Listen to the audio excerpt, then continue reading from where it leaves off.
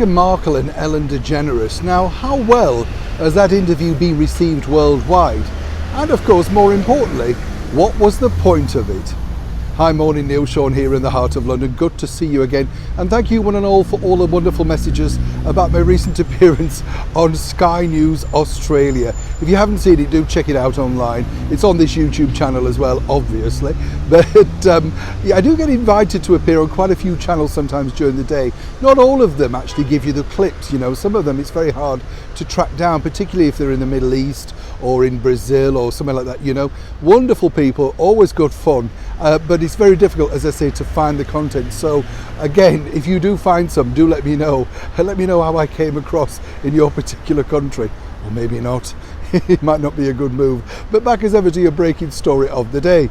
Now, it's interesting to note for me as ever because Meghan Markle and that Ellen DeGeneres interview really sort of came out of nowhere. And this is all because, of course, of that lapse of memory, as we told you on a previous chat.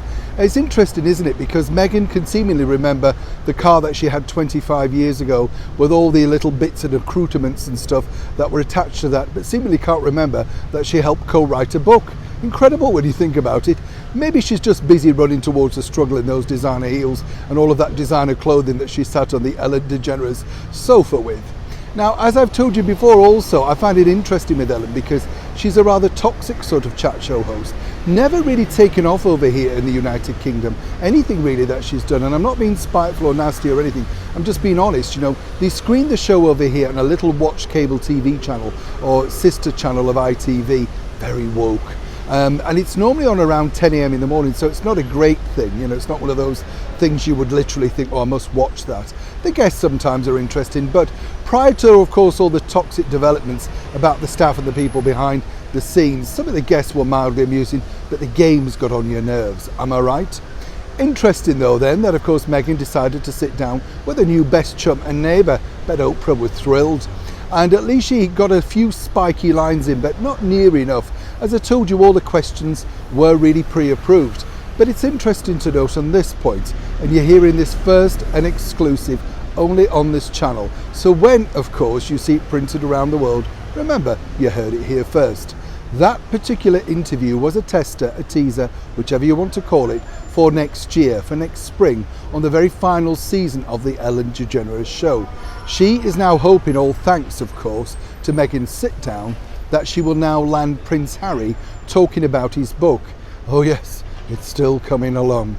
And the man that he's become, you know.